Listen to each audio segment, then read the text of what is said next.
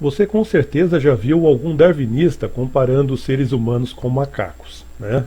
Eles adoram fazer isso, porque a teoria da evolução diz que homens e macacos vieram de um ancestral comum.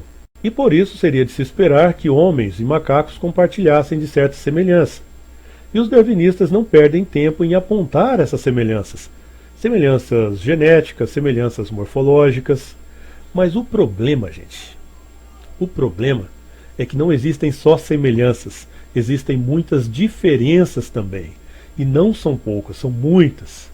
O homem, por exemplo, ele tem 20.251 genes.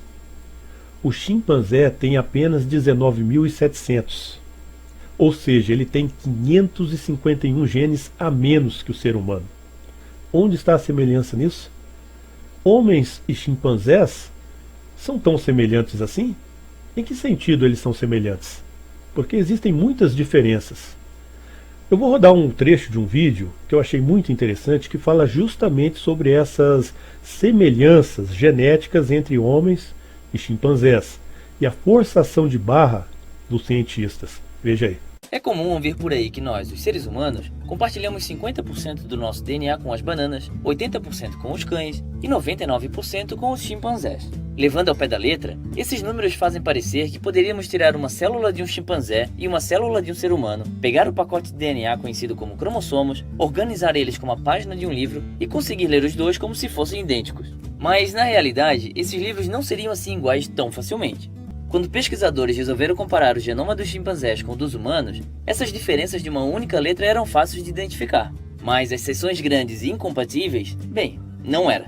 Por exemplo, se um parágrafo genético com milhares de letras aparece 2 vezes no genoma humano, mas apenas uma na contraparte chimpanzé, essa segunda cópia conta como milhares de mudanças ou apenas uma?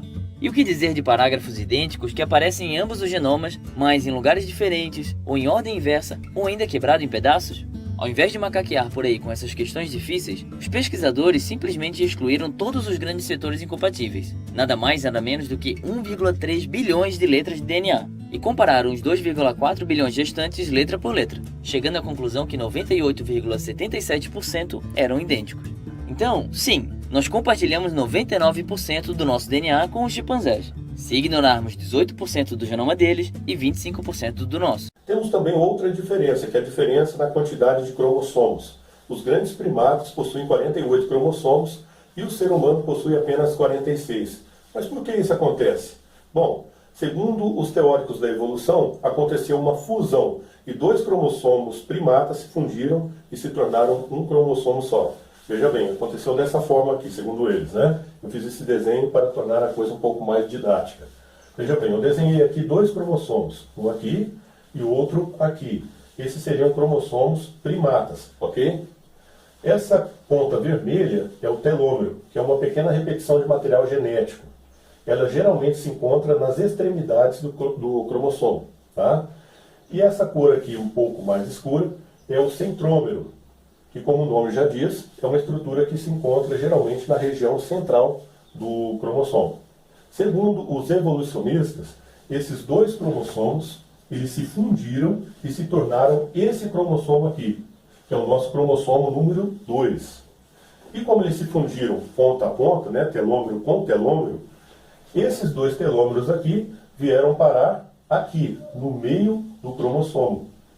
E esse centrômero veio parar aqui, e esse centrômero veio parar aqui. Ok? Pelo menos seria isso o esperado. Mas, na realidade, esse centrômero aqui, ele não existe. Ou, pelo menos, existe só vestígios dele ali. Tá? O nosso cromossomo número 2, ele seria mais ou menos assim. Com um centrômero aqui, o telômero aqui no meio, e nenhum centrômero aqui. Os evolucionistas explicam, né, que esse primeiro centrômero ele foi desativado, portanto ele não aparece mais aqui. O que eles encontraram aqui, segundo eles, né, seria apenas sequências alfoides, que significam que ali já existiu um centrômero. Se é que sequências alfoides podem ser encontradas em qualquer extensão do cromossomo. Então, para mim, né, não significa nada. E aqui na região da suposta fusão, acontece uma coisa também que não deveria acontecer, que é a presença de genes ativos. Né? Coisa que não deveria acontecer, já que ocorreu uma fusão ali.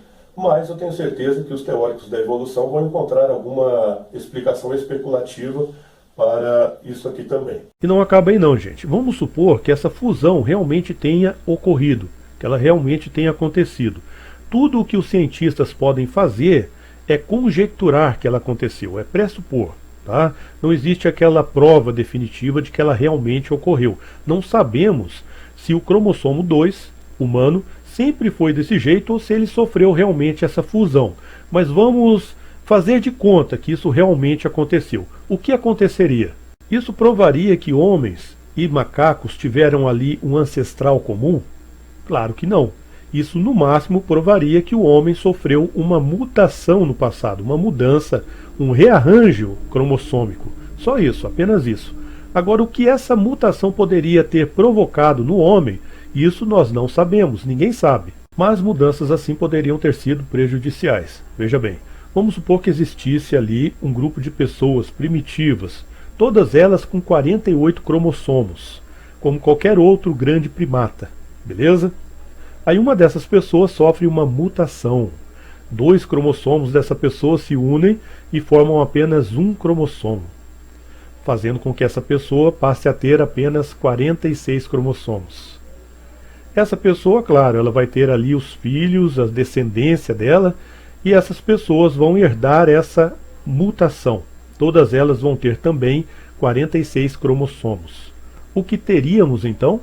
Teríamos 2 grupos de pessoas. Um grupo de pessoas com 48 cromossomos e um grupo de pessoas com apenas 46 cromossomos. O que observamos hoje? Hoje observamos apenas seres humanos com 46 cromossomos.